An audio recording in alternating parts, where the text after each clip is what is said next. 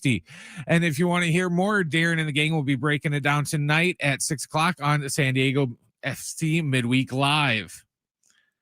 Need better sleep? Score some huge deals on your perfect bed at Mattress Firm's Black Friday sale. Stop in today and let the sleep experts find the right upgrade to your unique needs. Mattress Firm, they make sleep easy. It's Jon and Jim. Let's face it, in your particular field, you're the top minds. Your favorite pair. Very smart and very modern. They are Jon and Jim. Another game and more history. Saturday night, right here at Snapdragon Stadium, 6 o'clock against Vancouver Whitecaps. San Diego FC is on their way to the MLS Western Conference Finals. Winner will play for the MLS Cup. As the magic continues. Tough day for Brian Dutcher and the Scarlet and Black. No time to rest as the Aztecs face Oregon tonight out in Vegas. Wonder how Jim's feeling today. The 49ers will defeat the Carolina Panthers here tonight, 20-9, the final score. We'll discuss it all right now with Jon and Jim. San Diego and Southern California, what's going on? This is hour one. Jon and Jim with you again for the next 4 hours. It'll actually be me without Jim from 2 to 4, and then it'll be Jonathan Rifkin like it was yesterday coming up from 4 to 6 p.m. There is a lot to react to. Darren Smith will join us live coming up in about 30 minutes with more on just the highs and lows of last night. I mean, I think if you're a San Diego sports fan, I'm out here in Vegas, and Darren obviously was in San Diego, and you had kind of an epic San Diego sports night in terms of what was on the line. Because you had SDFC in the Western Conference semifinals in front of that ridiculous crowd in that unbelievable atmosphere with that terrific result, obviously, with SDFC moving on. And then you had San Diego State with all these hopes and dreams and aspirations in Las Vegas, and obviously, you know, playing as poorly as maybe they've played in a very long time and ultimately losing to the University of Michigan by 40 points. 40 points last night. San Diego State falling to Michigan, and kind of like, where do you go from here from an SDSU perspective? They'll try to pick up the pieces later on tonight when they take on Oregon at 8 p.m., a game you can hear right here on San Diego Sports 760. So it's an interesting dichotomy that kind of played out last night, and we'll react to that over the next couple of hours. We'll talk a little bit about the Padres and some of the changes they've made to their coaching staff for Craig Stammen here coming up in 2025 as well, or into 2026. But I didn't spend a second, obviously, watching any of SDFC because I was in Las Vegas. So that's why I'm excited to catch up with Darren Smith, who was there. He was in the building with Adrian Garcia Marquez, and it's been a magical year. One of those things that it's the beauty of sports that we always talk about, that sometimes you just kind of, you start a year and you're like, well, you know how it's going to finish, right? Like you start the year and you say, well, SDFC, I mean, at like the MLS's own website, SDFC was picked to finish in last place in the Western Conference. They're an expansion franchise. I was reading some of the write-ups before the season, and some of the write-ups were, you know, utterly hilarious about what their expectations were for this year. And then they flip that script immediately, and it's completely unpredictable, and it's some of why we love sports. And then you look at SDSU basketball, and a lot of the narratives heading into the season was how this is going to be the most deep team in program history. They've got the most talent, arguably, in program history. And now 4 games in, they've lost to Troy in double overtime, and they lost by 40 points last night to Michigan. And this is what I would say in both teams, with both teams, that there's a level of unpredictability to it. It's kind of why sometimes we absolutely love it. Other times we absolutely hate it. Now, the thing with SDSU is I think a lot of people are going to jump to conclusions. They're going to say this isn't the team they're expected to be. They have no path to an at-large bid to make the NCAA tournament. What happened to the Aztecs here in 2025? And this isn't a finished product. So, you know, I understand people jumping to that conclusion, and we'll see how it plays out the next 2 days. We'll have way more data in 24 or 48 hours after this Oregon game, after the third game. But I think you got to be careful in terms of jumping to conclusions. I get it. Last night was not good. I was there for all of it. It was not good. They would tell you that first and foremost, right? Brian Dutcher postgame talked about that. The players talked about that. I mean, that's just, you never expect it. I think in the Steve Fisher, Brian Dutcher era, they had never lost a game by 40 points. Never, ever, ever. And now you go back to last year, the way the season finished against UNC, they lost by 30. And then last night against the number 7 ranked team in the country, and they lose by 40. And you're left thinking, you know, kind of where do you go from here? And we'll find out beginning tonight. And I think we'll learn a lot about the Aztecs tonight. How do you put last night behind you? And then in the same regard, you look at SDFC, and how do they put last night behind them with all the emphasis now in the Western Conference Final that's coming up Saturday night at Snapdragon Stadium. So it's just a really unique Monday night is what I would say, and I think a lot of San Diegans are thrilled with what played out with SDFC. It's been a complete home run. SDFC has been a complete home run. The perfect market, the perfect team, the perfect backdrop, like everything has been nearly perfect. It's almost like, where do you go from here for SDFC if you're able to complete this magical run over the next couple of weeks and win an MLS Cup in 2025? It would be truly one of the great sports stories in American professional sports. I feel like if SDFC is able to complete this magical ride and win the MLS Cup, now they need to take care of business at home in the Western Conference Final Saturday night. You can hear it on San Diego Sports 760, 6 p.m. That atmosphere, that will be incredible at Snapdragon Stadium. That will be incredible, and I can't wait for it. So you can hear that Saturday night on San Diego Sports 760 at 6 p.m. with pregame coverage at 5:30. And it's been unbelievable. And I think San Diegans have really taken to it. I think regardless of results, San Diegans had taken to it. Year one was never about, well, if they're the best team in the Western Conference, people will go to Snapdragon Stadium to see SDFC. No, SDFC has been successful from the moment before they stepped on the pitch or the field this year. And this has always been, the right market, right? I mean, we waited so long for Major League Soccer. It finally came. And it's been a bit of a perfect storm, obviously.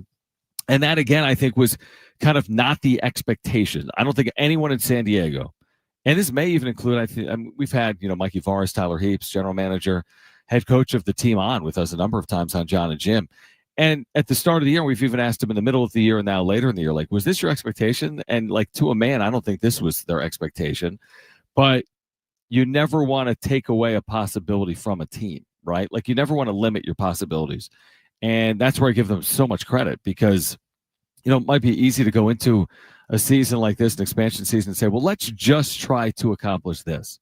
Let's just put ourselves in a position to qualify for the postseason. Let's just put ourselves in a position to play, 500, or let's just try to play good soccer at home or whatever it is. But they've done much more than that, obviously, here in 2025. And again, you flip the coin last night, and as SDFC is playing out in the exact same real time, San Diego State is playing Michigan.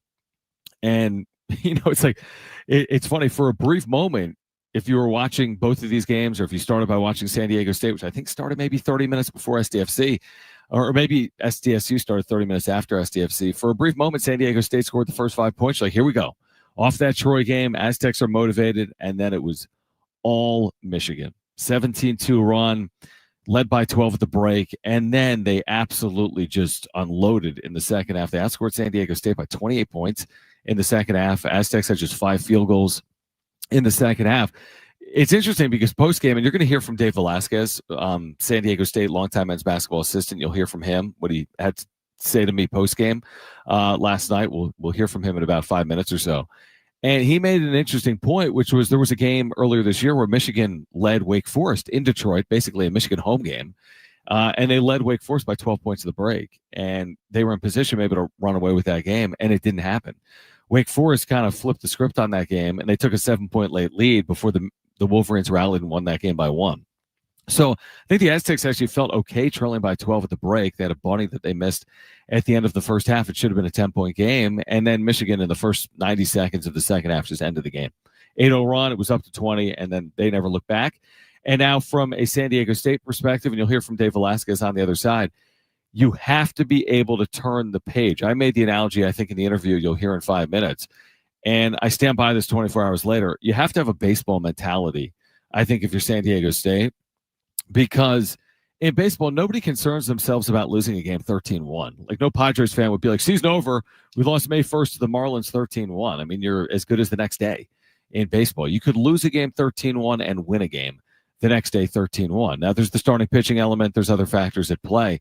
But I think you have to have that baseball mentality tonight if you're San Diego State. You cannot get down on yourself. You cannot allow your confidence to wane. And you can't allow Michigan, as the adage would say, to beat you twice. And we'll see if San Diego State is up to the task against an Oregon Duck team that honestly, like on paper coming into the year, I think these teams, look comparable. I think a lot of people felt San Diego State would be well positioned heading into this game tonight. But off of what we saw last night, we'll see if San Diego State is able to respond, play better, play well, and find a way to win a game in Las Vegas, Nevada, coming up at 8 p.m. So a ton to get to. We'll hear from Dave Velasquez, San Diego State longtime men's basketball assistant, on what transpired last night in Las Vegas. And then we'll turn the page back to SDFC coming up at 2:30 when Darren Smith joins the show again. He was on the call, as he's been all season long, last night at Snapdragon Stadium, and he will join us coming up at 2:30. So Jon and Jim with you from Las Vegas. I'm here until 4. Show continues until 6 p.m. Jonathan Rifkin will have you from 4 to 6 here tonight. And then again, more Aztecs hoops coming up tonight on San Diego Sports 760. We'll hear from Dave Velasquez coming up next. This is Jon and Jim, San Diego Sports 760, and live on the iHeartRadio app.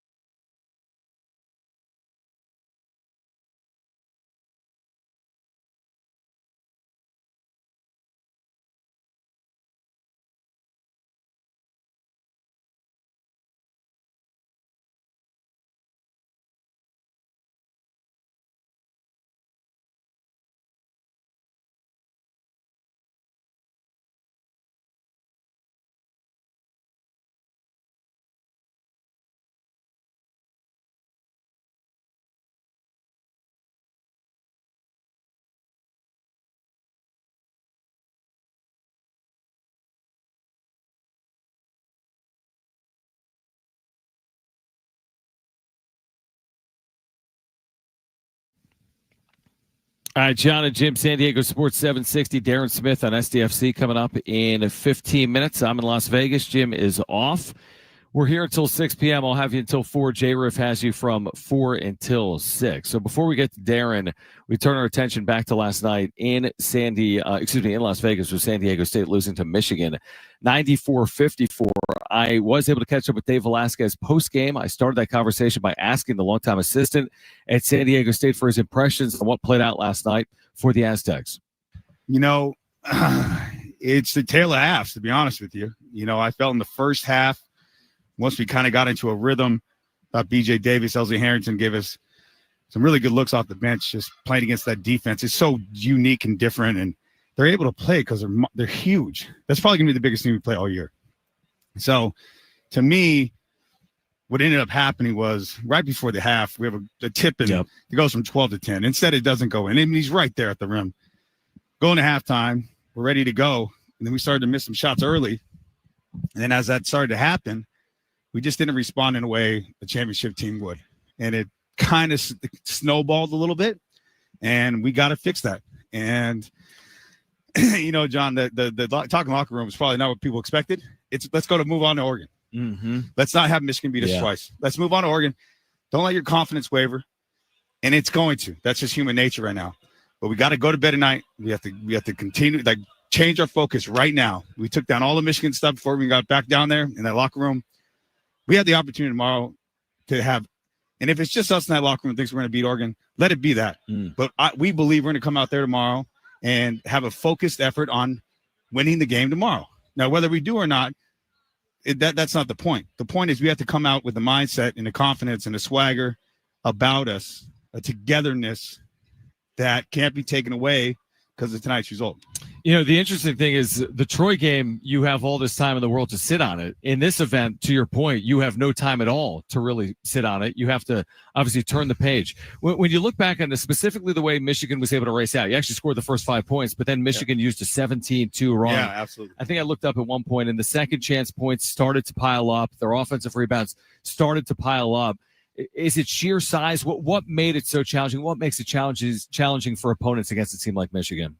Well, it is sheer size, and they obviously have the biggest starting lineup in college basketball right now, with Langdeborg, who played at UAB, he was a 5-man. So now he's their 3, and Johnson and Mara, they just provided us so many problems.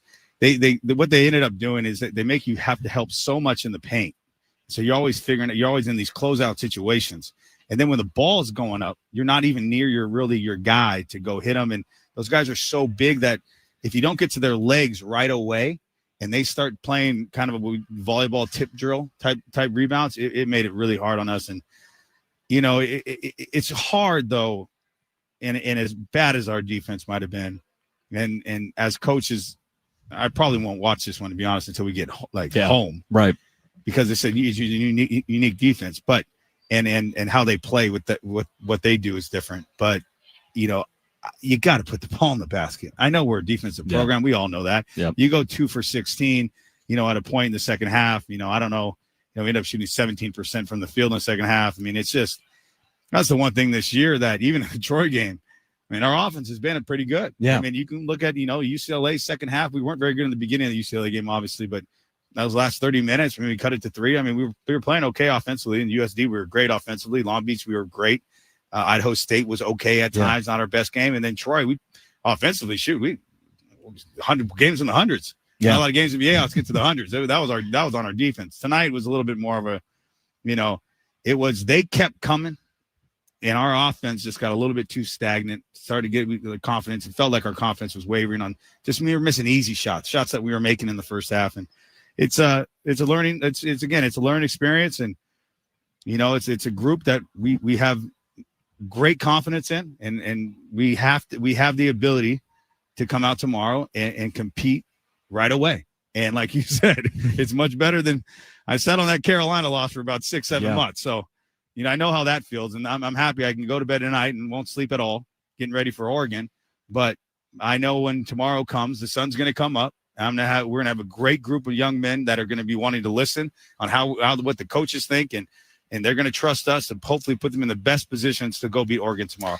It's a little bit like of a baseball mentality. I've worked in baseball my whole career. Yeah. I've watched the Red Sox beat the Yankees 19-0, only to see the Yankees beat the Red Sox the next day. Now, this is different. You're not facing the same team, But again, you have to have that 24-hour. You don't even have 24 hours. You just have to move on, obviously, from it. You guys have done this for so long, and you've played in some of these tournament-style events, whether it's in the non-conference or obviously in the Mountain West or in the NCAA tournament. What does it take to have success in an event like this where there is the quick turnaround regardless of result tonight? Well, you don't win on what you're going to do tonight, right? It's the habits and what you've built up over time and what your principles are and what your foundation, what you've kind of put all the way through to get ready for these. And in the past, I'm not going to talk about this until after tomorrow. Right. In the past, we've had unbelievable success in these non-conference tournaments because of all that, because of our ability to be so sound defensively, and then to have, enough pop and confidence about us offensively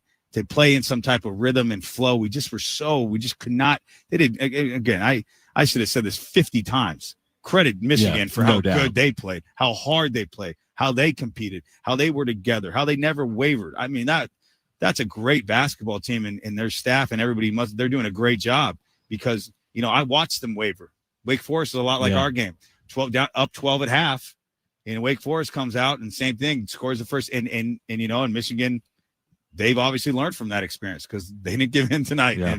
And it's truly one of those things. It's probably hard for any fan or people to understand unless you're really in our locker room. But we truly are. You have to move on to Oregon. Like you have no chance to win tomorrow unless your mindset already moves on to Oregon. Now, this is a conference road game. I wouldn't want to see our guys smile for, until we got to play the next game almost. Practice film would be insane. I mean, tonight you got to flush it in these events, and you got to go back out and play. And I'll be honest with you, it's happened where we played so well and then so bad the next day. It can go both ways, and I think this is going to be a great challenge and a test for our team and our group. And I just have great confidence that we could come out tomorrow, give them the game plan, they'll understand it, and we can go out and execute and play better. Can you speak briefly on Oregon? Again, going back to earlier tonight, they lose to Auburn. Absolutely. You've seen some of these pieces, obviously, last year. It was a very good game last year in Las Vegas between your two programs. What will it take tomorrow from a game planning perspective to put yourself in a position to win the game? We got to take care of Jackson Shellstad and ball screens. And then the other thing we have to do is deal with Nate Biddle. And we're still trying to figure out what our game plan is on both of those. But those two guys are special. They were really good against us last year. They provide some challenges with their other pieces. They have other pieces with Simpkins and Evans and Pryor. I mean, they got good players. Yeah. But we got to make sure that we can handle Shellstad and Biddle. And if we can do that, and then offensively, Dana Altman's always been known. He does have some, different defenses that aren't, that are unique. But sometimes it's just straight man. Sometimes it's his own. Sometimes it's switch everything. It's, so he's done a great job. He's been a Hall of Fame coach. And, but again, we're not playing Michigan tomorrow. Yeah. We got to move on to Oregon, and the things that they're going to do are going to be different than what Michigan does. And again, I'm excited for our guys. I'm as a coach. I mean, this is when it's a test of character. This is a test of who you are as a team. This is a test of who you are as a staff. And it's a lot easier said than done. We talk about all the time, next play mentality. It's the easiest thing to say, and it's the hardest thing to do. We talked about, with our guys, blocking out the noise, avoiding distractions. Yeah. I'm sure my phone's got 10 text messages of what's going on Can't out worry there. about it. You can't. No. And you can't. And these young men have a lot of pressure, and they got a lot of people on them, and a lot of people that are relying on them, and it's going to be tough. So this is going to be a great test for them to be able to move forward to tomorrow. And I know you might have a different coach up here tomorrow, but if we win that game tomorrow, I'm going to come back. You come back up as well. So you come up tomorrow. Last question before you go. Elsie Harrington. Yep. I mean, it's kind of crazy. You look up just a sheer number perspective, 15 points on 6 of 9 shooting, which means everyone else was 11 of 53 in this game for San Diego State. But what can you say about Elsie when he really got into that rhythm there midway through the first half?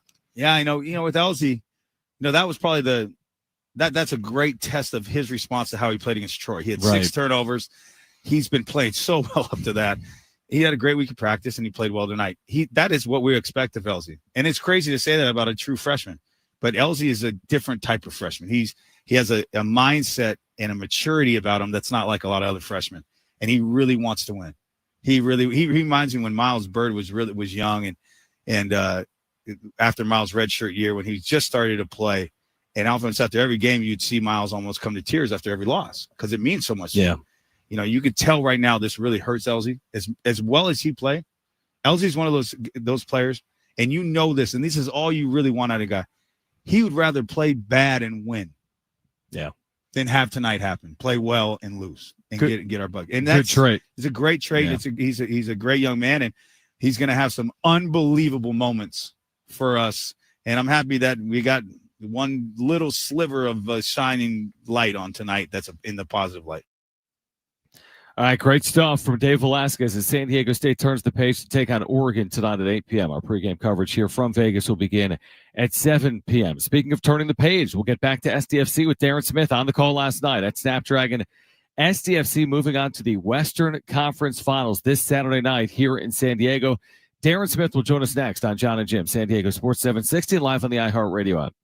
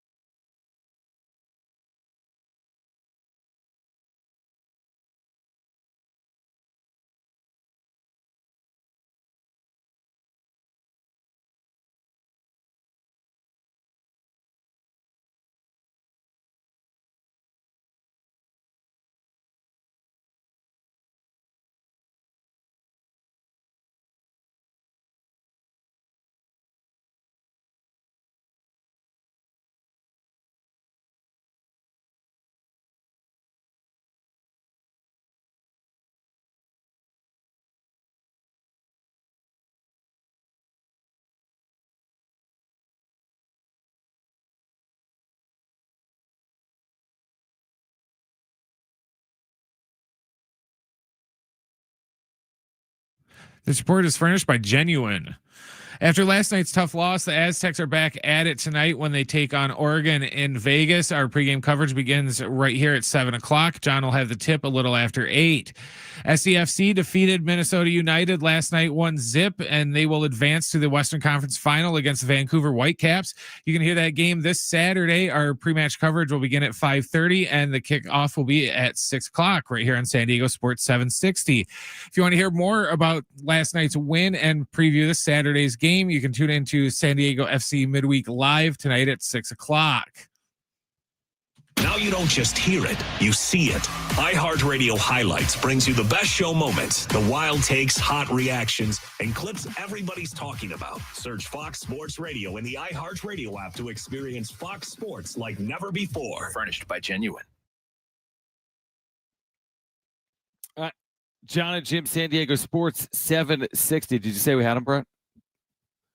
All right, good stuff. Darren Smith joining us from San Diego. I'm in Vegas. Of course, last night I've been talking about this for 30 minutes, Darren, and appreciate you hopping on. Of course, on the call yesterday, SDFC moving on to the Western Conference Finals. We had this night, which doesn't often happen now in San Diego, where you had, big things happening in multiple spots with SDFC, SDSU, and of course, the right result for SDFC, not necessarily for SDSU. But last night, again, I was here and was unable to watch, but it just felt like on social media it was a pretty tense match overall. Eventually, SDFC broke through. What was the key for SDFC to break through last night? Thanks for hopping on as always, man.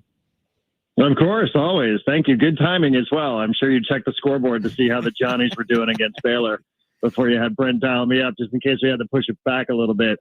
I think you used the right word. I mean, I think it was tense. I mean, it was really tense, and you don't have to be an expert in the sport to have heard all week long somebody say, this is about the different styles and the style's going to make the fight. And quite honestly, it was a little bit more towards Minnesota's style, which made you feel a little bit nervous in that it was low scoring and you felt like one goal was going to be the difference. And that was the tension. That's the way the sport goes sometimes. I watched some of Minnesota's previous round against Seattle, and there were games that were 3-3, 4-2. I was hoping it would be that kind of game because that is a huge advantage for SDFC. But it was, more along the lines, I think, of what it was that Minnesota United wanted to do. So, for me, it was all about just being patient, being mentally strong enough to know that the margins were so small that one little thing is going to make a difference. And when you think about the key plays in the match, it was a sliding clearance from Ian Pilcher on the goal line.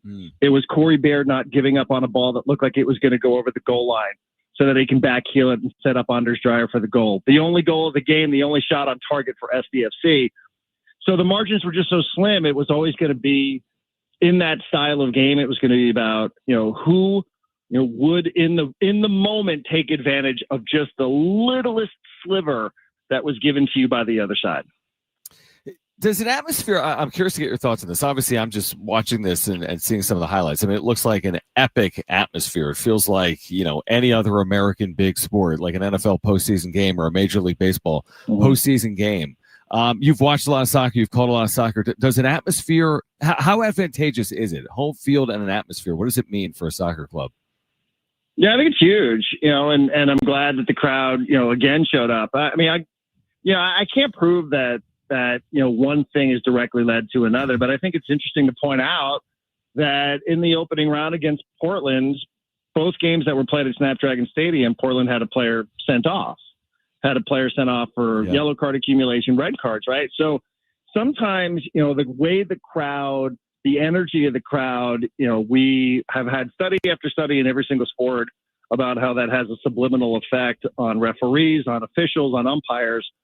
So I do think it matters. And, I'm around a lot of these players and it's probably not dissimilar to some of the stuff that you've heard from players, let's say at San Diego State basketball or Brian Dutcher or Dave Velasquez, when they talk about, hey, when things aren't going great, what you need is the energy of the home crowd of Viejas Arena. And there's a lot of players who say they feel that and they felt that way during the Portland series. And I'm sure they felt that last night. The crowd was behind them. It gives them energy to dig a little bit deeper.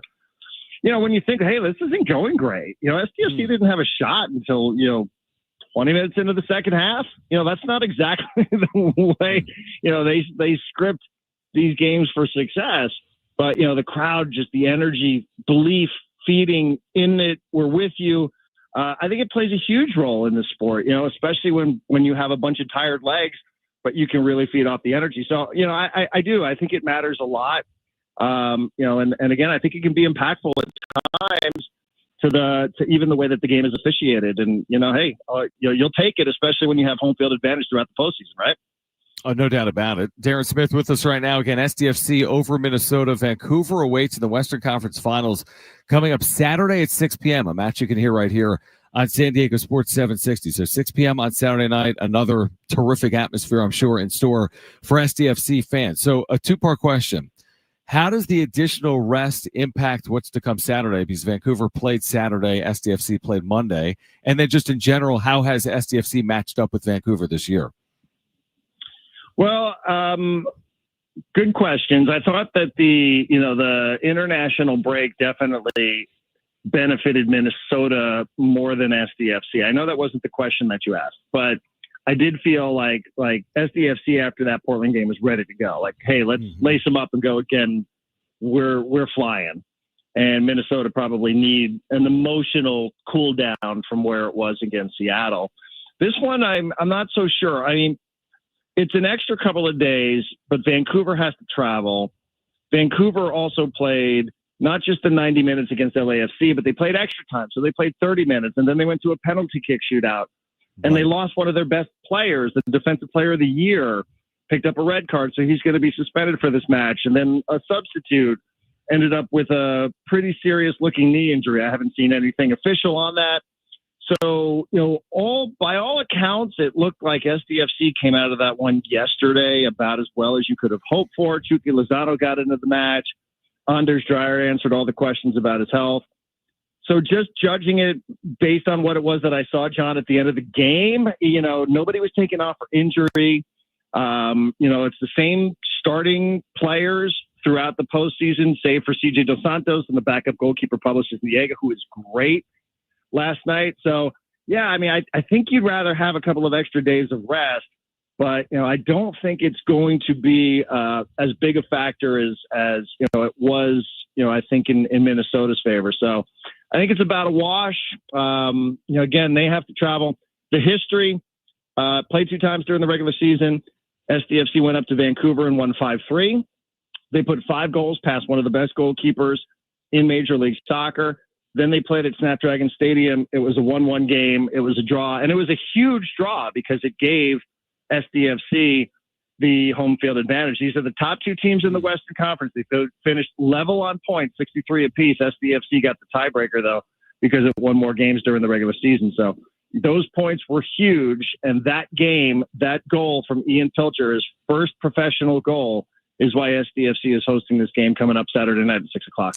Yeah, that's really incredible. So, again, not to look ahead because it's a Western Conference final, but are there 2 scenarios at play if SDFC is to win and make the MLS Cup? Is it hosting NYCFC or visiting Inter Miami if SDFC advances? Is that the scenarios? That's exactly right. The game will be on December 6th, and it'll either be SDFC.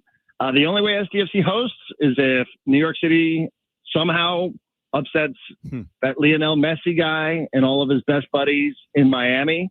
If they can do that, then we'll have NYCFC come out here for MLS Cup on December 6th.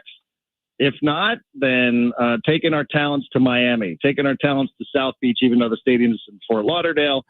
Well, let's not get wrapped up in those details. But, I mean, can you imagine? I mean, John, I mean, in anybody's wildest dreams, could we ever have imagined we'd be talking about the possibility of being 90 minutes away from an MLS Cup against Lionel Messi? I mean, like, who wrote the script? It is ridiculous. It is just like a ridiculous thing to try to wrap your mind around.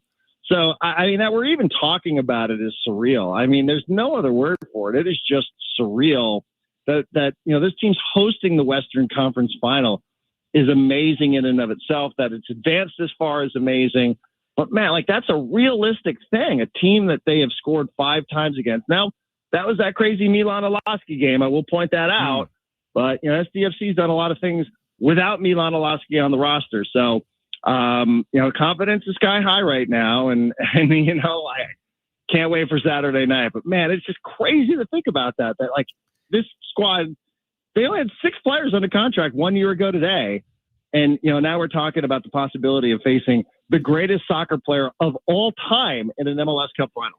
It's funny you say that. Darren Smith with us right now, Jon and Jim, San Diego Sports 760. He'll be on the call coming up Saturday night, 6 p.m. right here on San Diego Sports 760 for this Western Conference Final. I may have asked you this at some point earlier this year. Is there anything that comes to mind, whether it's international soccer, American soccer, or professional sports in America, that rivals the way this is playing out? It doesn't have to be. It doesn't have to be an expansion franchise. I know there's like the Golden Knights were really good their first year in the NHL. I think they might have even appeared in a Stanley Cup, but like. Is there anything else that comes to your mind in regards to something that's comparable to what's playing out right now with SDFC? Not really. I mean, because, you think about, I think your mind probably gravitates a little bit towards your great Cinderella stories, and I don't know that that's accurate here, right? Like, right. I don't know that this is one of those great long shots that figured out a way to, go make it to a Final Four, or Leicester City in the Premier League, right? Like, that's the club that kind of came out of nowhere and all of a sudden finished ahead of Manchester United and Chelsea and Arsenal and the like. It's hard because, like, nobody really knew what this was, like they were picked predominantly towards the bottom of the standings before the season started, not because they were bad. It's just because nobody knew, and like, what are the chances that an expansion team is going to put it all together and put themselves in a position like this? It's just a great story, like it really, I'm sure something will come to me, of course, to no benefit of the Jon and Jim show. After I hang up the phone, I'll be like, damn, why didn't I say that when I was on with Schaefer? But like, it's just, nothing, it's not something that, I think I've experienced in 20 plus years being in this business. Not even just on a personal level, like nothing to truly compare it to. Like you said, Golden Knights, just because it's expansion and went to the Stanley Cup. But I don't know anything about hockey. It's, it's tough for me to know, exactly how comparable those things are, other than we're talking about expansion teams. But it's, and again, for San Diego, you said it on the intro, it just felt big last night. There was like this sense of occasion. It's Monday night. And easily your mind gravitates towards Monday Night Football and all those kind of games. Like, it just felt good to have, a night where the sports really mattered on a Monday night. And, I know it didn't go the way of the Aztecs on the hoop side of it. And, it did go the way of the SDFC side. But like, it was, it's why we get into this business, is for nights and occasions like that. So it was great, man. Like, I kind of get emotional about it, to be honest, because I just think about how long we waited for something like this, and to see it reward us and our faith in it when we felt like it was never going to happen feels really good. And I'm sure I speak for tens of thousands of people in San Diego. A long time coming, as you know better than I do. I want to ask you this on the way on. I know you couldn't watch San Diego State because you were working, just like I couldn't watch SDFC because I was working. But you've covered the program for 25 years. I mean, you've been watching Steve Fisher and Brian Dutcher and the way this has played out. What do you make of what transpires here? You lose a game like that. Just look at the box score. They lost by 40 points. They were thoroughly outplayed by a very good team in Michigan. Where do they go from here? You have followed these coaches in this program. Where do they go after a game like that? Well, knowing the coaches, I think, like we both do, is the reason why I don't think it's completely going to go off the rails. Yep. When you see a score like that, I will say, like, it was shocking, after the game when I see Jonathan Rifkin comes into the booth and he's, says something about San Diego State. I was like, whoa, 40? Like, what in the world? And my first thing was, did somebody get hurt? Obviously that thankfully did not happen. In a way, I don't want to say that it's easy to just brush it off because it was such a lopsided loss, but I know what these guys are all about. What these guys are all about, these coaches. I think especially getting through, it's November, right? Like, it's November. I suspect that they probably are going to do something that they often do, which is put it together, figure out the right combinations. You have a lot of talent on this team. Maybe it just takes some time to figure out how the talent's all going to be aligned in the squad. Again, I'm sort of spitballing here just based on history, John. Yeah, it's fair. A million times more about this, but I just trust the coaching staff because when they say that they are high on a group of players, like that's not the kind of thing that they just say. And I think that they're uniquely qualified to sort through it and realize it's a long season and figure out a way for this program to hit its stride before the end. D, appreciate you, man. SDFC Midweek Live coming up tonight, 6 p.m. That is what I hear. Yes. I love it, dude. That is what I heard in the update. Yes. I love it. SDFC Midweek Live coming up at 6 p.m. SDFC moving on Saturday night. Western Conference Final right here at Snapdragon. You can hear it with Darren on the call. Saturday night, 6 p.m., Vancouver and SDFC. D, appreciate you doing it. Go watch the Red Storm. All right. Great. Thank you. Darren Smith with us here on Jon and Jim. Let's react to all of it on the other side. Plus, Padres make coaching staff changes. Will any of them matter? That's ahead. Jon and Jim, San Diego Sports 760.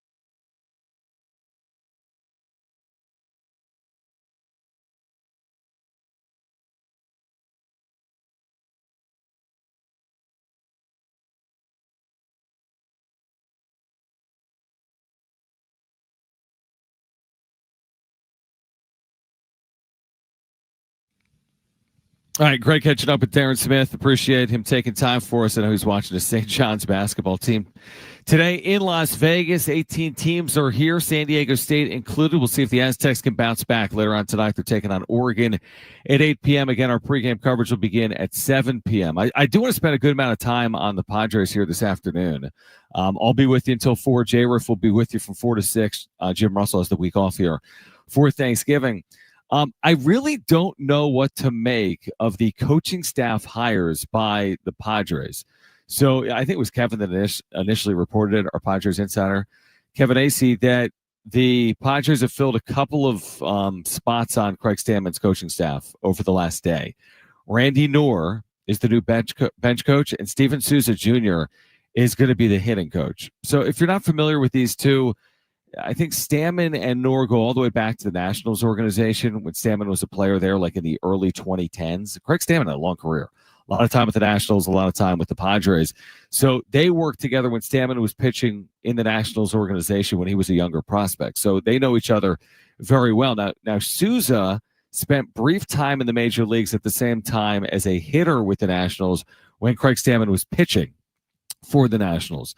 And Souza, the last few years, I think might be the last year or two, was in hitting development for the Tampa Bay Rays. And when you think about the Tampa Bay Rays, you think about an organization on the forefront that uses analytics, that has to find ways to make advancements without resources that other teams have, right? So they want to be on the cutting edge. And I think Tampa, by and large, has been in that category for the better part of, let's say, the last 15 years. They were in the 2008 World Series. And from that point on, Tampa has been, among the better teams in baseball, especially when you consider how they've been hamstrung by, cash restrictions over the years. So, okay, you add, a veteran bench coach in Randy Knorr, who is a longtime coach, and then you add, a guy that's been a coach here in Major League Baseball and a former Major League hitter as well. His numbers were not good as a hitter, but I don't know if that's overly relevant or not when we're in this new world of hitting, where so much more goes into it than just like see ball, hit ball. Like, that's not where we are.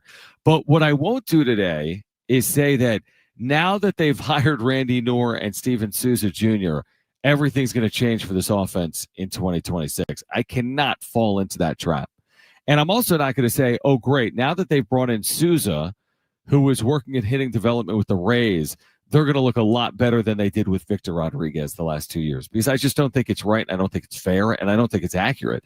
And I honestly don't pin Rodriguez with most of the blame.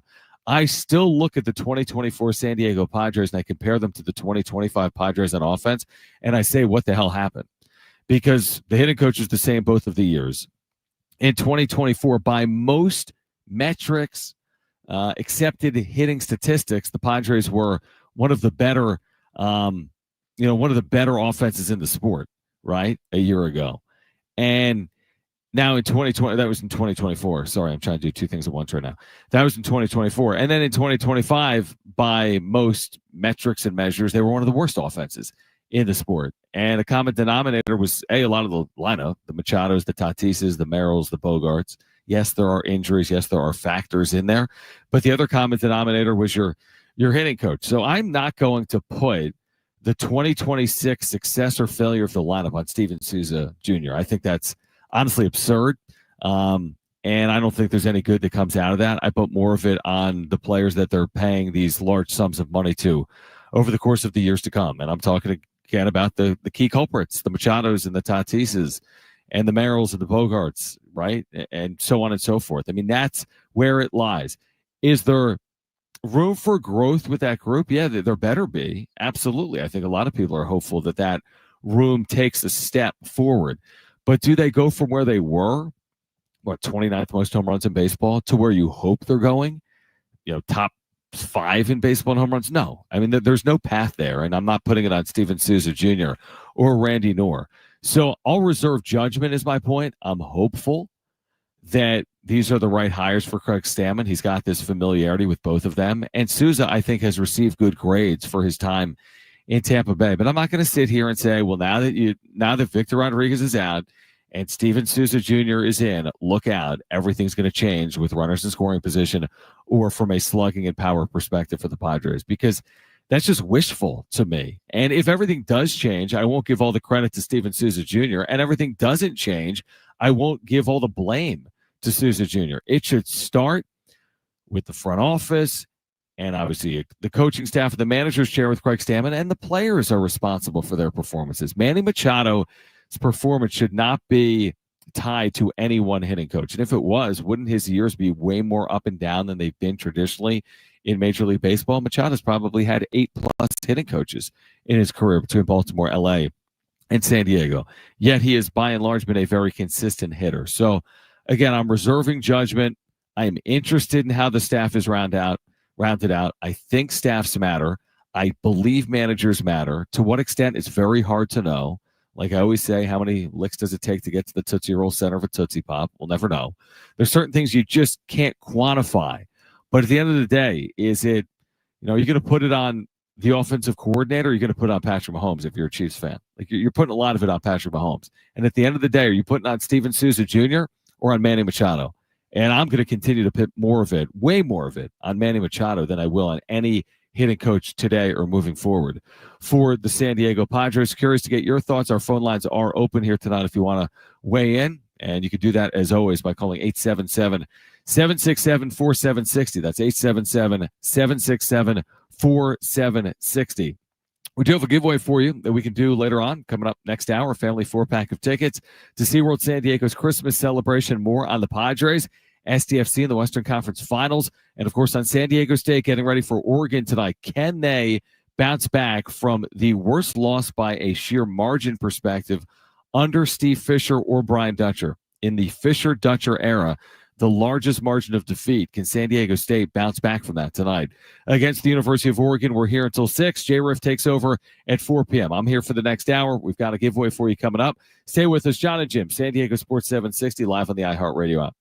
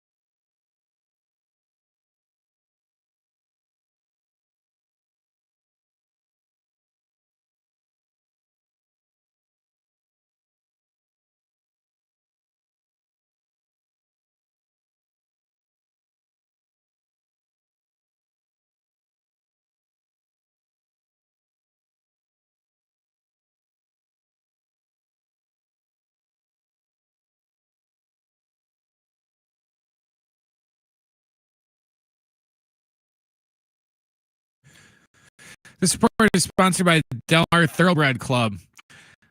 After last night's tough loss, the Aztecs are back at it tonight when they take on Oregon. Our pregame coverage begins at 7 o'clock. Minnesota United 1-0 last night, and they will advance to the Western Conference Final against the Vancouver Whitecaps. You can hear that game right here on Saturday. Our pre-match coverage will start at 5:30, and kickoff will be at 7. On Saturday, November 29th, it's the Uncorked Derby Days Wine Festival at Del Mar. Come out for a day of racing, food, and music, and sample over 100 wines and champagnes from around the world. Uncorked at Del Mar on Saturday, November 29th.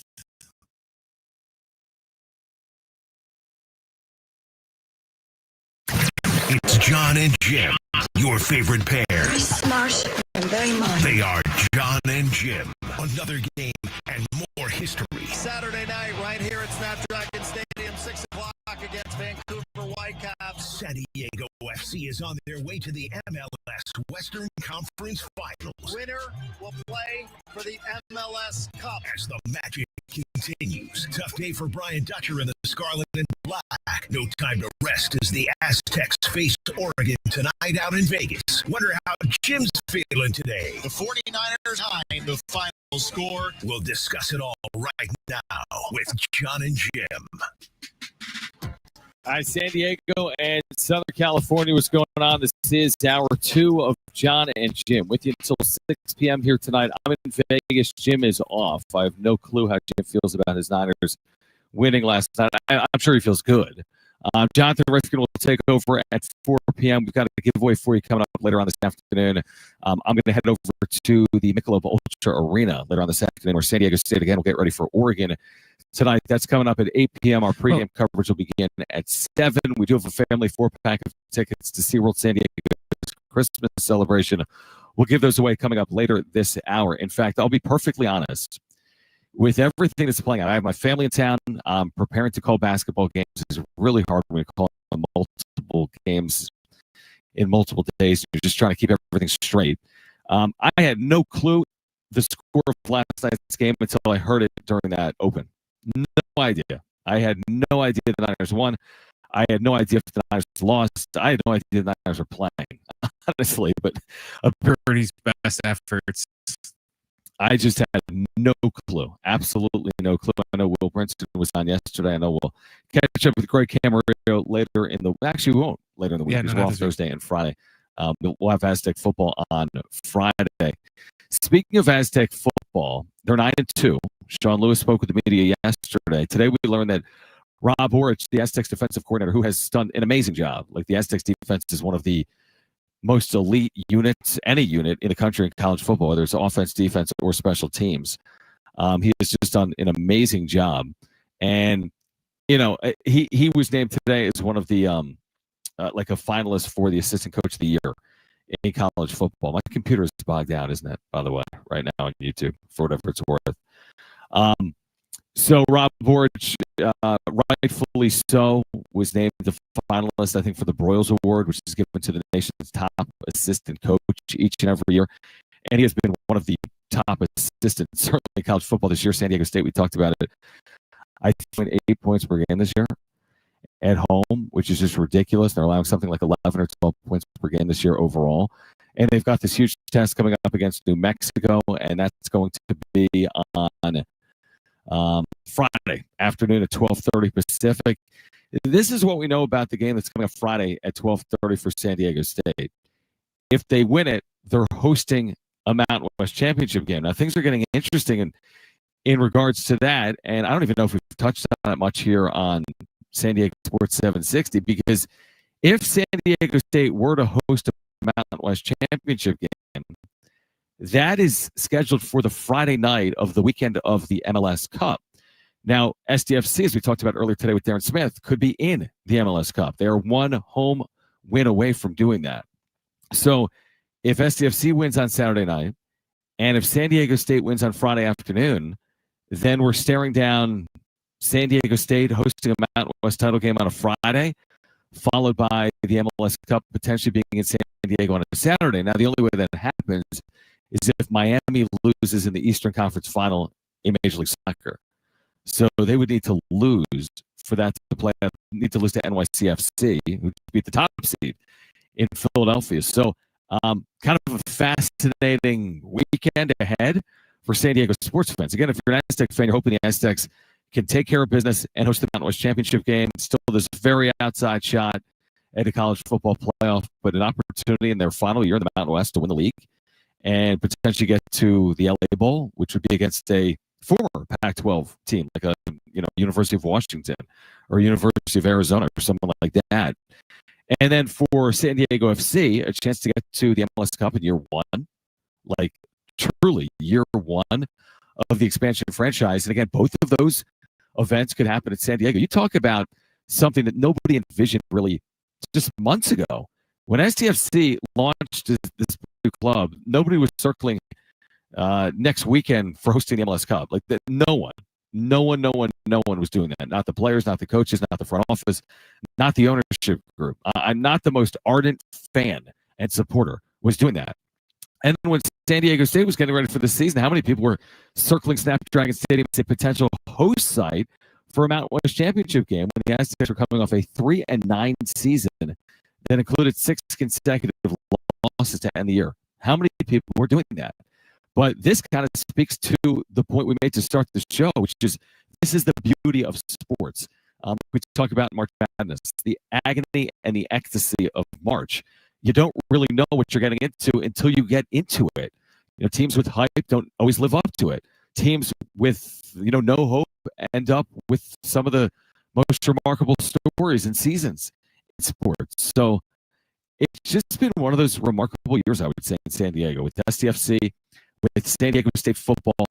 Obviously, the opposite right now playing out. Again, there's a lot of hype with San Diego State basketball. Now, it's only been 4 games.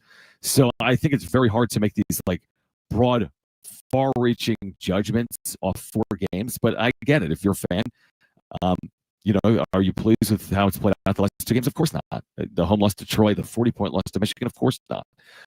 So obviously the Aztecs men's basketball team has a lot of work to do. Their football team with less expectations has done a lot of work. And then there's this back to the San Diego Padres because, oftentimes it's easy to say in the offseason with the Padres, look at the last couple of off seasons. Dodgers have won the last 2 World Series. Dodgers have spent hundreds of millions, not exaggerating, even $1 billion plus the last 2 off seasons. When you look at their spending with, first and foremost, Shohei Ohtani, but there's so many other signings in there. The Tyler Glasnows, the Blake Snells, the Yoshinobu Yamamotos. I'm talking about over the last couple of years. And you go into a season and say, well, there's no hope. They're not going to be as good as the Dodgers. They're not going to supplant them in the NL West. They're not going to go through them in the NL postseason. And the last 2 years should be correct in saying that. Because the Dodgers have been the best team in baseball, best 2026 or not. But there will be a day when that does end. So is that 2026? Hopefully that's 2026. And if not, then maybe at some point sooner rather than later. But that's what I love about sports, because you think you know everything and then you have no idea. And I've said this so many times over the years, which is like you preview a game. We're previewing Monday Night Football. We're previewing tonight between San Diego State and Michigan. We're previewing SDFC in the Western Conference semi. It's almost rare when it does. I remember we spent a week saying, hey, San Diego State and Boise State is going to be played in the rain, and it's going to be run first, and it's going to be low scoring. And we were dead right. And that's a rarity. It's very rare where you're dead right. And everything plays out the way you expect it to play out. Like I didn't expect last night here in Vegas for San Diego State. Nobody did. I had 6 days to sit on that Tuesday loss in double overtime, that heartbreaker to Troy. And I was thinking to myself, can San Diego State beat Michigan? What's the path to a win? Can they keep it close? Even if they were to lose, sadly, I never envisioned what played out yesterday. I didn't think they'd get outscored by 28 points in the second half. Have just 5 field goals in the second half and shoot 27%. I just didn't allow my mind to go down that path. And maybe that was, foolish of me. Maybe other people are, listening saying, told you so, John. I knew that that's what was going to happen last night. But oftentimes we think we know, but honestly, we have no idea how it's going to play out. And that's the agony. That's the ecstasy. That's what we love. That's what we hate. That's what our sports, specifically what our San Diego sports And now you've got this brand new club, again, on the cusp of doing something special, which is so rarely done in the city of San Diego. SDFC, again, with the chance to go sports lore by winning on Saturday and getting to an MLS Cup next week at Snapdragon Stadium. All right, we're going to take a time out. We'll get back to the Padres on the other side. Again, these coaching changes, what it means for Craig Stammen and the San Diego Padres with the winter meetings approaching here until 4 p.m. J-Riff will take over at 4 p.m. of the final 2 hours of Jon and Jim. We do have a giveaway for you today as well that we'll do at some point later this hour, that 4-pack of tickets to SeaWorld's Christmas celebrations. We'll take a time out. This is Jon and Jim, San Diego Sports 760, live on the iHeartRadio app.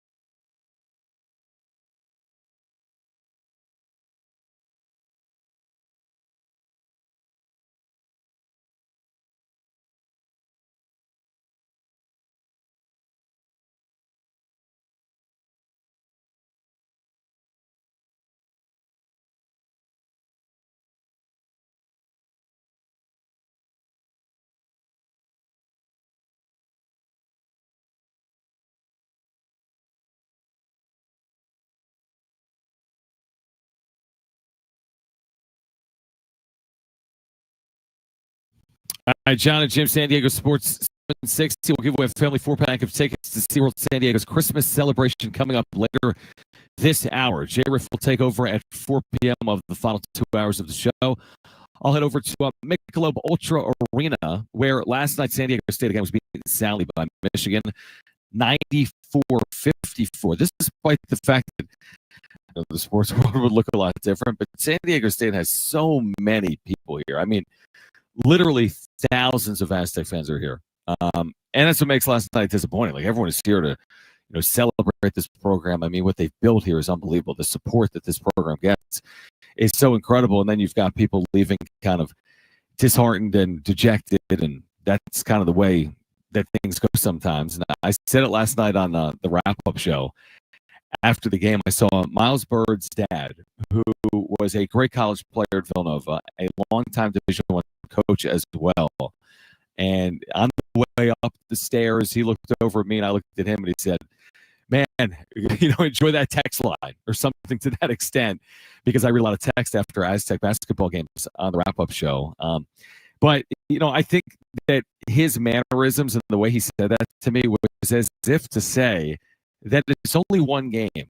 And while people will react to it, they should. You absolutely should react to it. It counts. It matters. It will be a challenge to overcome. It will not be overcome in 1 game or 2 games or 3 games. Analytically, metrically, mentally, physically, like, there's a lot to overcome. I don't know if the Aztecs flip the script tonight or not. I have no idea if they flip the script tonight against Oregon. Obviously, it should be a better game than what played out yesterday. But I thought to me, it went a long way, as if to say, you can't do anything about it now. All you can do is look ahead. And that's kind of the task it is, 24 hours. The beauty of it is you play 24 hours later. The harm in it is, can you separate from what happened yesterday? Like, sitting on that Troy game on Tuesday night, you had to wait 6 days. That was a long time. And you wait, and you wait, and you wait. I wouldn't prefer that. I don't want to wait 6 days after what happened yesterday. San Diego State losing by 40, and we'll see if they can rebound effectively in any way they want to. SDFC with the highs, of course, you should be ecstatic and over the moon if you're San Diego and rooting for SDFC. And you should, of course, be disappointed with what has played out with the Aztecs the last couple of games. But the one take that I fully disagree with is one I've seen a little bit on social media, and one that was texted into the show, I'd say, within the first hour of the show. It was from the 858. Thank you for texting in. Listen, I'd love to hear from Aztec fans, SCFC fans, Padres fans this afternoon on our text line, 70470. Start it with the word team. Again, 70470. He said, "Here to remind you, I told you the Aztecs are going to go downhill since they are too cheap to get into the NIL game." That is the full stop for me. Because San Diego State retained its entire roster. This is not a dollar and cents conversation this year with San Diego State. Now, again, has college basketball changed? Yeah, absolutely. Does money matter? Yes. Did San Diego State take on a roster that was loaded with resources? And I'm talking about dollars.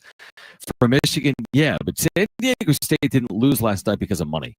Like, they really didn't. I mean, Michigan has put together a very good roster. San Diego State thinks they can put themselves in a position to compete with, high major top 25 caliber programs this year. Not like in the future, but this year. That was the goal heading into the year. You have multiple NBA players potentially on your team right now in Miles Bird and Magoon Guath. And you got young talent like Elsie Harrington, who was terrific last night with 15 points. You've got a 6th-year senior in Reese Dixon Waters. This isn't about NIL. If anything, San Diego State fans and San Diegans have fully supported the Aztecs NIL efforts through the Mason Foundation. And they're getting, $1 million plus by playing here in Vegas. And they're getting money through the personal donations, the generous donation of Chase Fisher, who's giving $1 million to this program for each of the next 5 years. And then the generosity of San Diegans and San Diego State supporters. Like, the Aztecs are well supported and well funded from an NIL perspective. Are they as well funded as Kentucky or Michigan? No. But even before NIL, San Diego State was not competing with Kentucky or Michigan for players traditionally.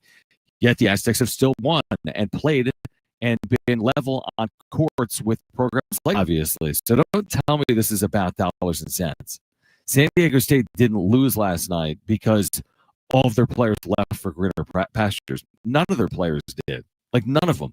Look around the country. I think San Diego State has as much roster continuity as anyone this year, which makes the slow start maybe that much more surprising.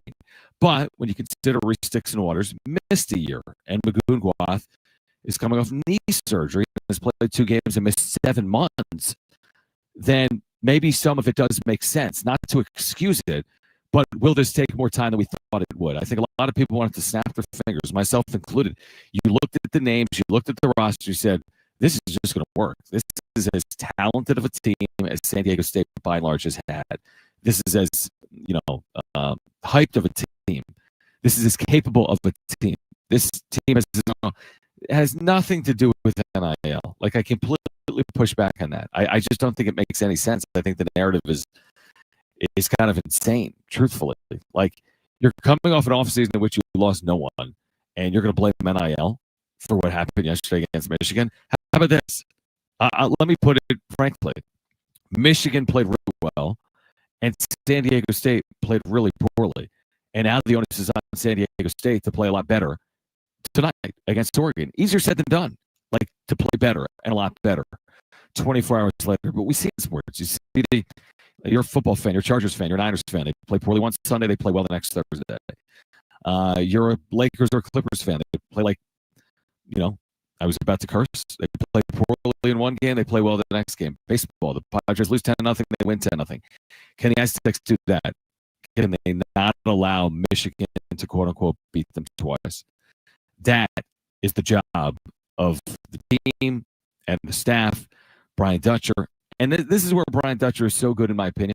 And this is where I know, when I said this last night, it's like certain things I know, and I know San Diego State will get this right somewhere along the line. And it might not be tonight, it might not be Wednesday or Thursday here. I don't know when it's going to be, but there's going to be a point this year where San Diego State is fully clicking in all areas. I am positive of it. Defensively, this isn't who they are. You might be saying, well, Jon, defense isn't good anymore. That's not possible. There is no way they went from a top 15 caliber defense to, a top 150 defense overnight. They have not played well defensively in back-to-back games. That's got to change at some point soon. Like, factually, they have not played well defensively in back-to-back games. The opponent in Michigan deserves credit, certainly for yesterday. And now the Aztecs need to play up to their standard and abilities defensively. But, I mean, it's death taxes in defense for San Diego State. I mean, it's a guarantee. It's an inevitability. They will be better on the defensive end. If nothing else, San Diego State's going to be a lot better on the defensive side of the basketball. And I think that begins tonight. I really do. Against the University of Oregon. All right, on the other side, we're going to give away that 4-pack of tickets to SeaWorld San Diego's Christmas celebration. We'll get back to the Padres and the maneuvering with the coaching staff for Craig Stammen, their first-year manager. More on SDFC advancing to the Western Conference Finals. That'll be at Snapdragon Stadium Saturday night, 6 p.m. A match you can hear right here on San Diego Sports 760. Then J-Riff takes over at 4 p.m. for the final 2 hours of Jon and Jim here on this Tuesday afternoon as I'm in Las Vegas, Nevada. Keep it here. This is Jon and Jim, San Diego Sports 760, and live on the iHeartRadio app.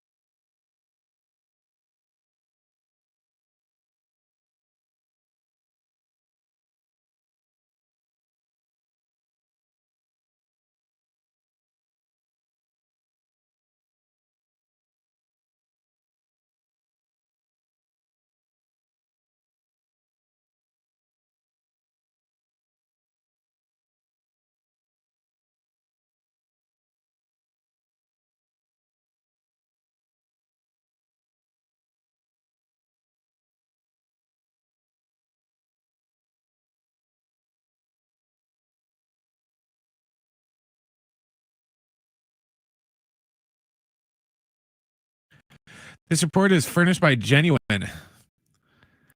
After last night's tough loss to Michigan, our pregame coverage begins right here with Fletch at 7 o'clock, and John will have the tip a little after 8 o'clock.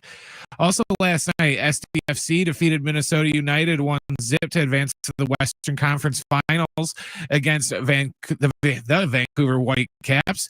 You can hear that game on Saturday right here. Our pregame coverage will begin at 5:30 with a kick around 6. Now you don't just hear it, you see it. iHeartRadio Highlights brings you the best show moments, the wild takes, hot reactions, and clips everybody's talking about. Search Fox Sports Radio in the app by Genuine.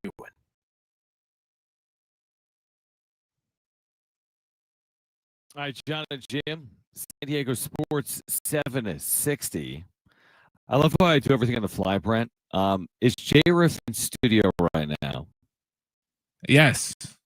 All right. Tell J-Riff to put a headset on. I want to know what's on tap for 4 p.m. Is J-Riff like yesterday? We'll be taking over for the final 2 hours of the show. By the way, we are giving away a family 4-pack of tickets to SeaWorld San Diego's Christmas celebration. We'll do that in the next 10 minutes or so. So, Jonathan, I was able to listen to bits and pieces. Oh, I'm so sorry. Yesterday, yeah. Why'd you make me do that? I was on the app in the Uber, the Lyft. No, I was enjoying the show yesterday. So what do you have on tap for us coming up at 4 p.m. here today on Jon and Jim? Yeah, we got an interesting one. I am going to open up the 4 o'clock hour with a bit of insight. My takeaways from SDFC last night. I heard your interview with Darren. I feel like this guy is coming off, but now he canned a Celsius in the second half, so I think he was fine. But yeah, so I'm going to talk a little bit about that. We have Steve Quist coming on at 4:30. Oh, nice. UCSD, by the way, is playing in an invitational in Florida. They are up on Bradley University by 16 right now. And earlier, they actually checked that has been whittled down, but they're up on Bradley. They beat Temple yesterday, so they are on a 5-0 start. They have this guy from my high school alma mater who has been destroying teams down low. So I want to talk a little bit about that. We'll talk about the San Diego Clippers, about San Diego State, who's been calling the KUSI games for the Aztecs. And then we have Adam Rank of the NFL Network coming on at 5 o'clock. We'll talk fantasy. We'll preview the Thanksgiving week slate of games, and we'll get you on to your Tuesday night. That sounds like a good couple of hours. I kind of forgot until you just got on mic that it's your Ducks against San Diego's Aztecs. I've been trying to lay low with that. I know. Well, that's okay. You're an Oregon alum, so that's completely fair. I am an Oregon alum. I will say that I agree with what you said. Michigan is a title contender right now in November. There's no reason for San Diego State to use that as litmus test for really where they are. I don't think it's fair. But I think Oregon is a much better versus where they need to be in February. Yeah, it's fair. I'm curious to get your thoughts. You're a college basketball junkie like I am, right? Like, unfortunately, that is the case. Yes. Yeah, I mean, you've told games at lots of levels. I mean, again, there's certain people love college basketball, others maybe not so much. But again, you went to a good college basketball and college football school in Oregon. When you see a score like last night, I don't know how much you watched because you were, again, at SDFC, but you just see it. And I mean, it really is kind of just eye-popping to see 94-54 San Diego State lose to Michigan. What do you think it means? I mean, it's the middle of November. You have to react to it. It's not like it doesn't mean anything. I agree. It's moving forward. You know what stood out to me from this game is that there were parts of the game that stood out that weren't necessarily bad. The scoreboard was awful. The second half start offensively was absolutely anemic. Like, I understand that we could point to the 3-point shooting and the bench being the part of the team that really was the force behind even staying relevant for moments at all. But what stood out to me, John, they only were -3 in offensive rebound. Opening up the glass offensively, 15 offensive rebounds for Michigan, 12 for San Diego State. But the difference in that stat is that Michigan benefited off of 22 second chance points, and San Diego State had 3. They had an opportunity, if they only hit twos, to have 24.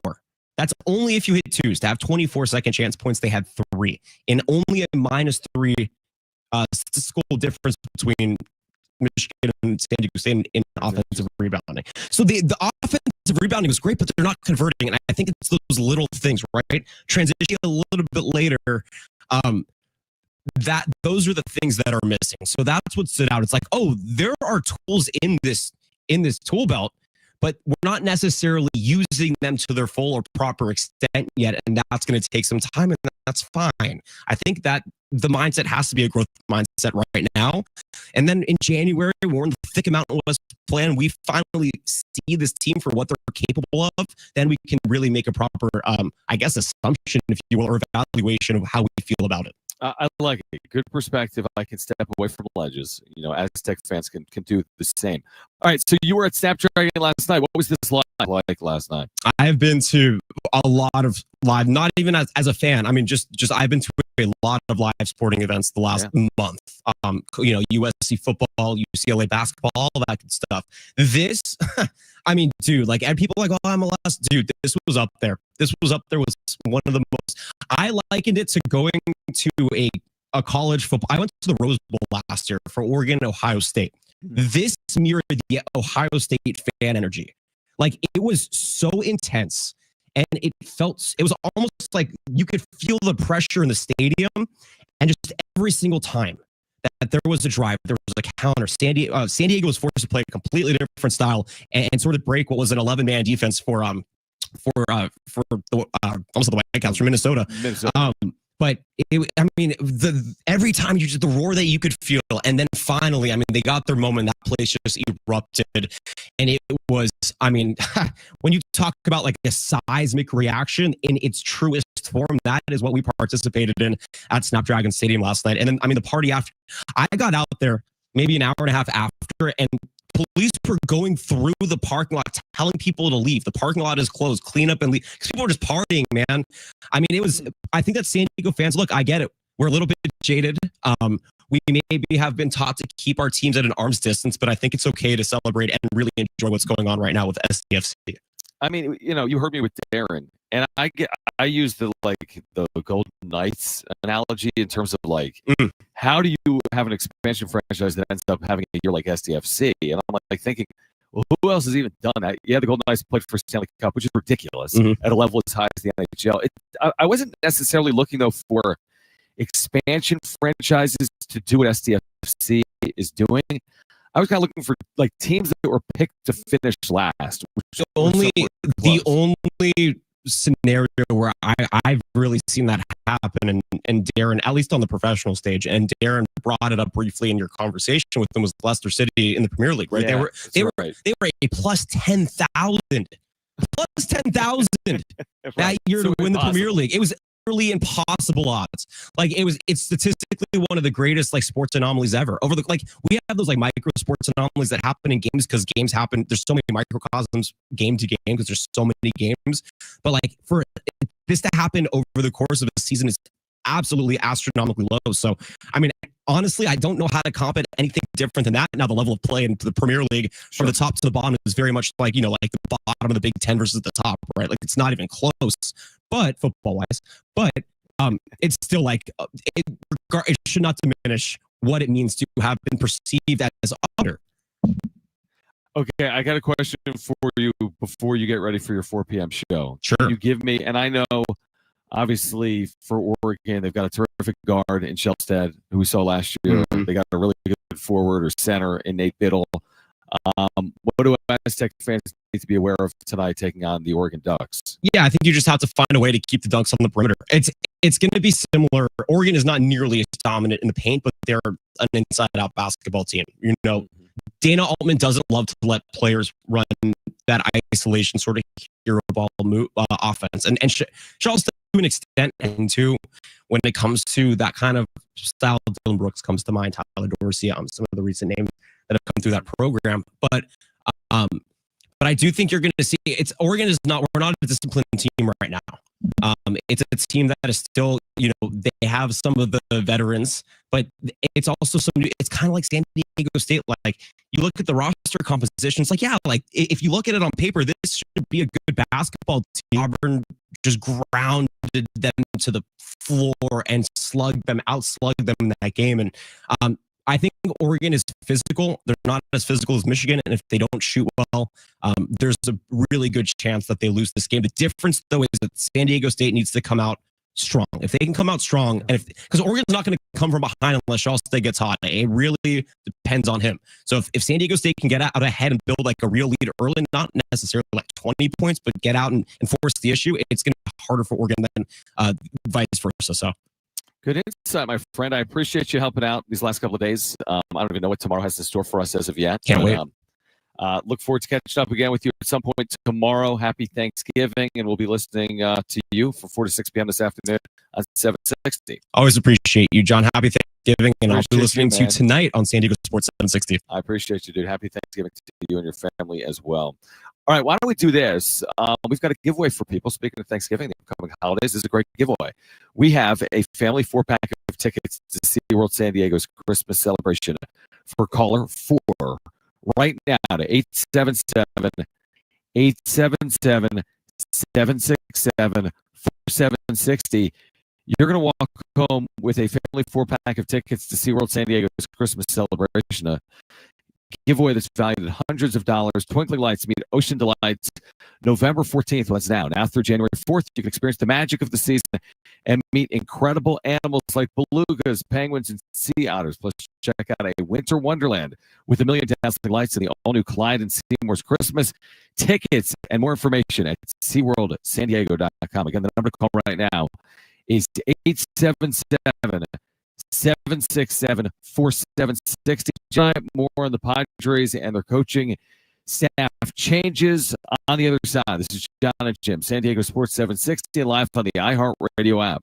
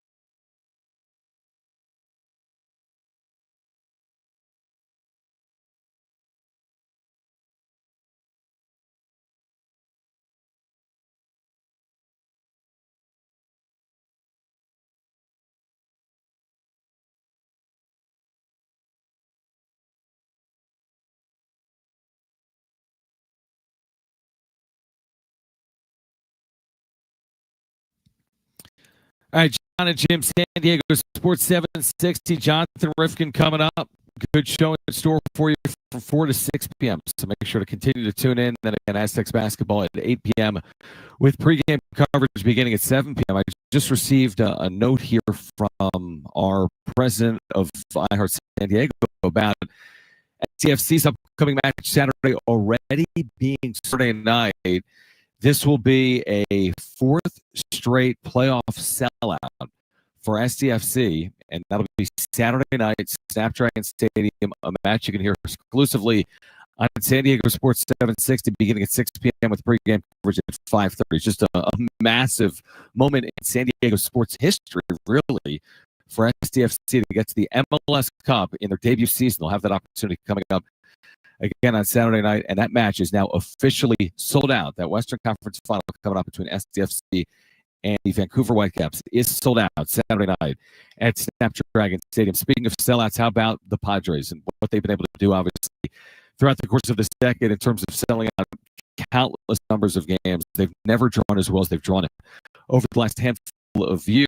And now it's an organization, though, despite that it is in flux. I mean, completely in flux, exploring a sale, coming off the disappointment of a first-round exit, a roster that isn't getting younger when you look at players like Manny Machado and Xander Bogaerts and Yu Darvish and Joe Musgrove. And they've made some tweaks and tinkering here to Craig Stammen's coaching staff. We'll see what impact it has. Craig Stammen, again, recently named manager after Mike Schilt just abruptly left after 2 successful years. 93 wins, 2024, followed up with 90 against the Dodgers. That Padres team that had maybe as good of a chance as any to get to a World Series or win one over the last 25 years. I'd say that 2024 team has or had as good of a chance as any to reach a World Series. And then in 2025, obviously they didn't even make it to that divisional round and lost the wildcard round. But the finish was the same, and the finish was the offense didn't show up in decisive games. Decisive winner-take-all, fighting for your playoff lives, hoping to extend your season, hoping to do something in those big games. I'm talking about Game 5 against the Dodgers. I'm also talking about Game 4 against the Dodgers 2 years ago. And, of course, I'm talking about Game 3 against the Chicago Cubs this past October as well. Will that change with a change at bench coach and hitting coach? Steven Souza Jr., who played with and Randy Noor, who's a longtime coach in Major League Baseball, spent a number of years with Craig Stammen when Stammen was a player and Randy Noor was coaching in the national system. Will anything change because the coaching staff now has completely changed over? You've got Stammen for Schild. You've got Steven Souza taking over for Victor Rodriguez. You've got the new bench coach in Randy Noor. Do you expect it to change, though, in the most meaningful moments of the Padres season, when they're playing important games in August and September next year, hopefully, when they're playing important games in August and September next year, to a decisive game, when they're playing in a wild card Game 3, divisional series Game 5, championship series Game 7, and hopefully we live to see the day they're playing in a World Series Game 7. Will it change? Will your thoughts be different? Will you be more confident because of everything that has changed here this offseason? And it's obviously very hard to say that it will change your opinion on what they're capable of in such an important game. And of course, everything could look different next year in 2026. It might be less about Craig Stammen and well, look, the Padres in 2026 had a more productive offense.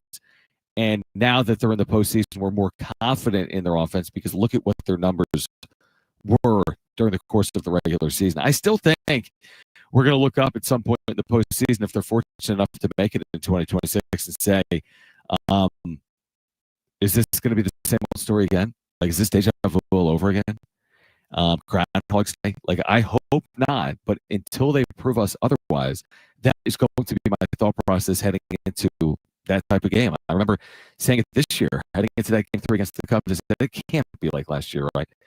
They had more in the ninth inning. I don't think the Padres had scored until the ninth inning. Now they rallied and then they fell and they had bad play umpire, but nobody cares. Nobody looks back in the season. It's like, what, the Padres actually had a great year and they were better than 2024. It was just the play umpire. They hit the ball hard, and it just happened to be at fielders. Like that's not going to be the story, and it won't be the story again in 2026. Now, I just don't know how you really drastically change your offense in 2026.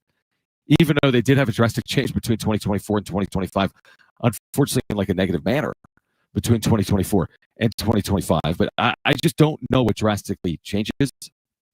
I'm not expecting a wholesale change in their lineup this next year, right? You're not expecting Kyle Schwarber to walk through that locker room, clubhouse next year. You're not expecting Pete Alonso. Like, you're counting on the players that you've counted on recently. You're counting on that same core, that same group to help lift you. And I believe that they're capable of doing it, but I do think it's a little wishful to think they're going to go from where they were last year to where we all hope they're going to go in 2026. And I hope Steven Souza makes a difference. He absolutely can. I hope Greg Stanman makes a difference. He absolutely feels that way. I don't agree with that. I just think when you put all the eggs in the basket of coaching and managing, that's not right, and that's not fair, and it's not reasonable.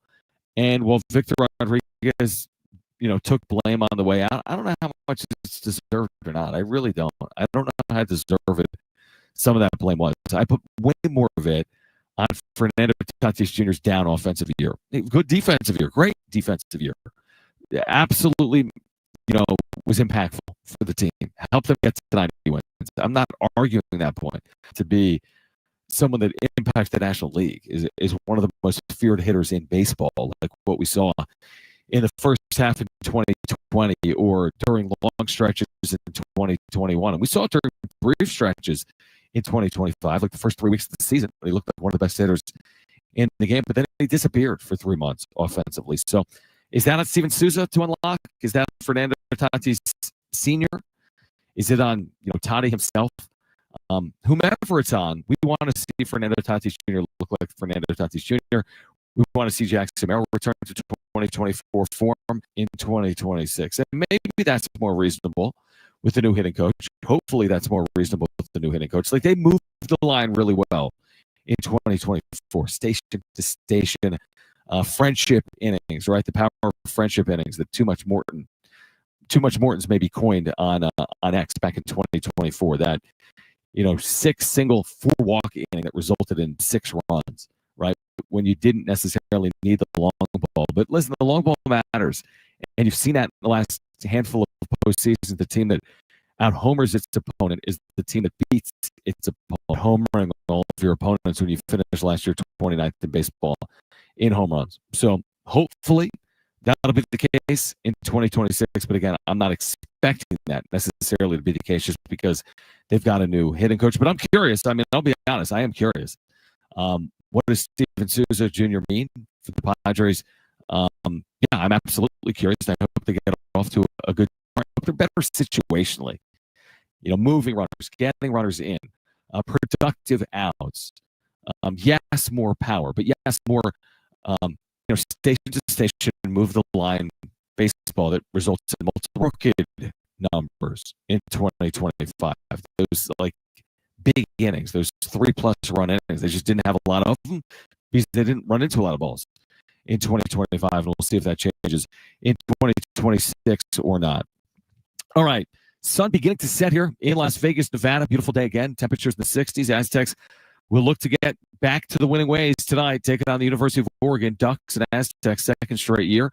Oregon won the Players Era last year, and they went through San Diego State after the Aztecs beat Creighton, and they lost to Oregon by 10 in a closely played game.